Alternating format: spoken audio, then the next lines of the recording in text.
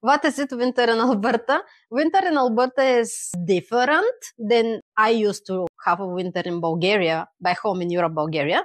So what is it? So you need to have your short sleeve and then your very nice jacket for winter time to be good for -30.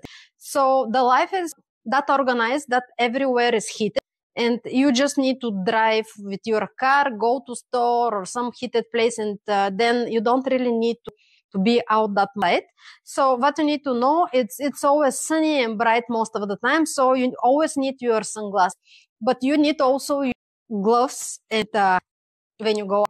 It is pretty beautiful and everything is organized. The life's not stopping when there is a snow or when it goes to -20 or everything is organized. Everybody goes to work, school, everything is for example, last week we have a -35 here in Beaumont, Alberta, so there's no bus for that little ones. So what I need to do, I need to drive them morning and afternoon to pick them.